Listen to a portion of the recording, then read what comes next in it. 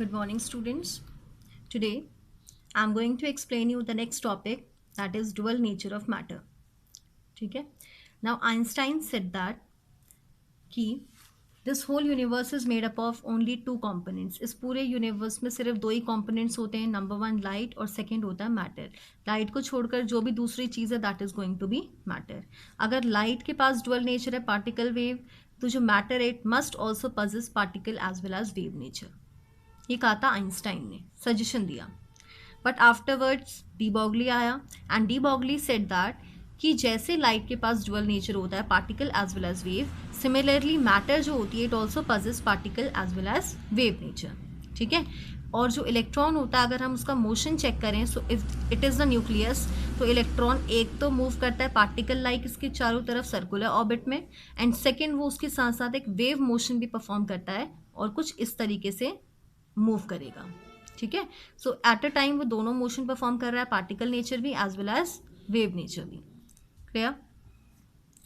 सो next उसने क्या कहा कि जैसे कि हमने लाइट के लिए वेवलेंथ कैलकुलेट की थी, we can calculate wavelength for any matter. किसी भी इलेक्ट्रॉन के लिए मैं कैलकुलेट कर सकती हूँ. E is equals to h nu होता है according to Planck's constant. E m C square के इक्वल होगा अकॉर्डिंग टू आइंस्टाइन की मास एनर्जी इक्विवेलेंस. देयरफॉर हम कह सकते हैं कि h nu is equals to m C square. ठीक है. तो एच सी बाय लेमडा यहाँ से हो जाएगा एम सी स्क्वायर.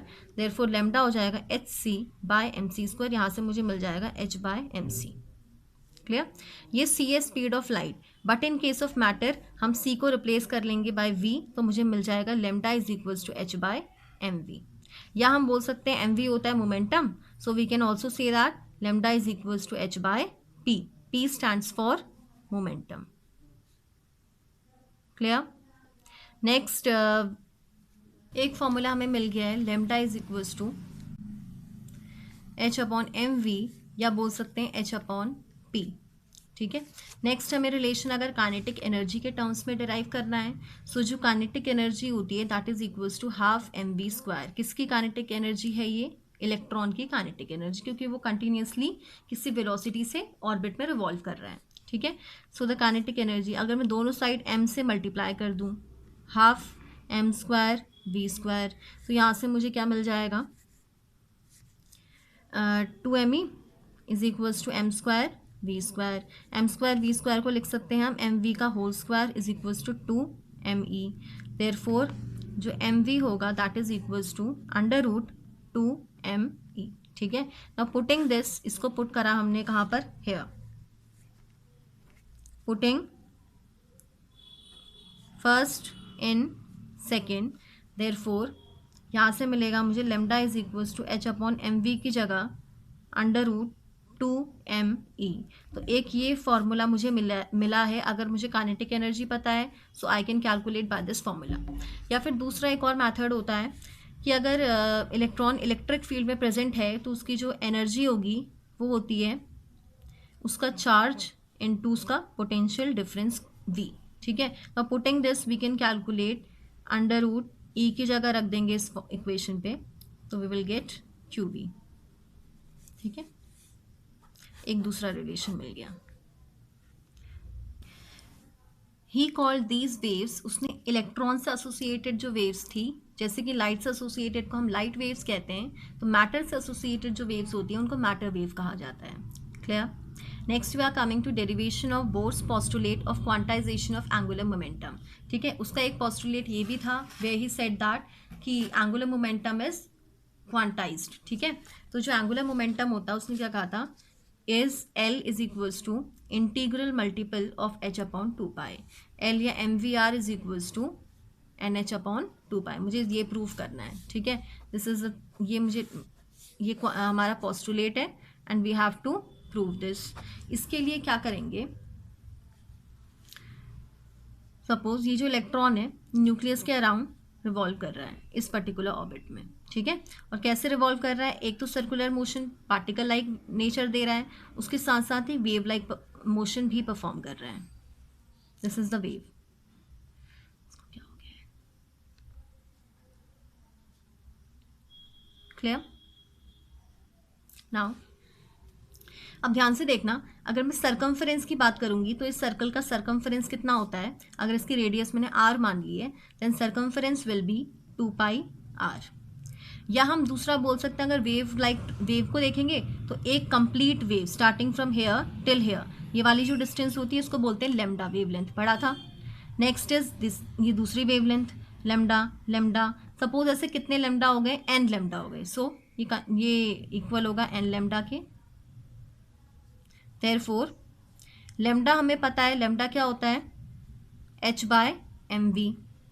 mv को इस साइड ले लेते हैं तो 2πr mv is equals to nh।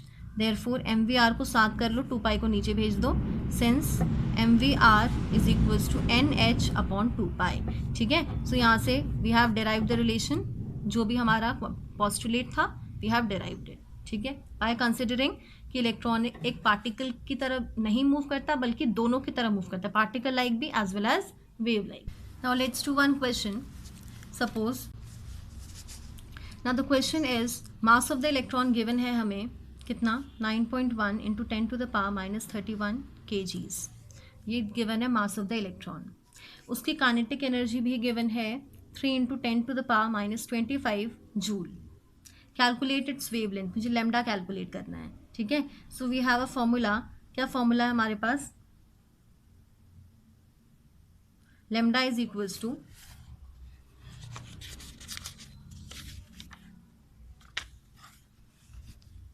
h/√2me।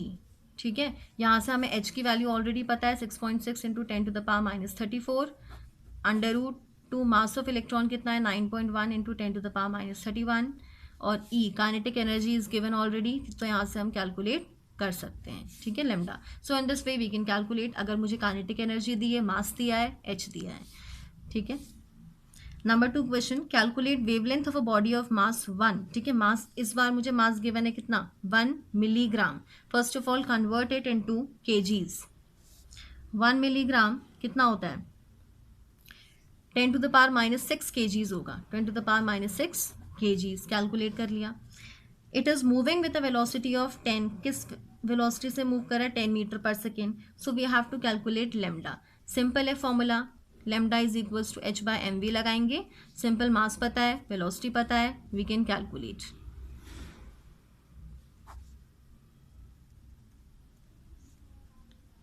ये अप्रॉक्स में आ जाएगा 6.6 into 10 to the power minus 29 metres. ठीक है, the next topic is Heisenberg's uncertainty principle. Now Heisenberg said that कि जो इलेक्ट्रॉन होता है वो कंटिन्यूसली न्यूक्लियस के अराउंड एक तो सर्कुलर मोशन परफॉर्म कर रहा है, पार्टिकल नेचर, और सेकेंड वो वेव लाइक भी मूव कर रहा है।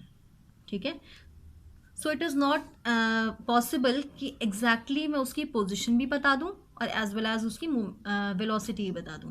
So it is not velocity और मोमेंटम कह लो एक ही बात है, उसका मोमेंटम एज वेल एज उसकी position both can not be determined exactly simultaneously. ठीक है, at the same point time ऐसा पॉसिबल नहीं है, क्योंकि वो कंटिन्यूसली दो तरह के मोशन परफॉर्म कर रहा है। ठीक है, हाई स्पीड पार्टिकल है, हाई स्पीड से मूव कर रहा है, और उसके साथ साथ वो दो सीधे सीधे ही मूव कर रहा है, plus it is also performing wave like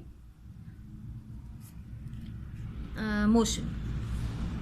ठीक है, so it states that it is not possible to determine simultaneously the position and momentum of small moving particle such as electron with entire certainty।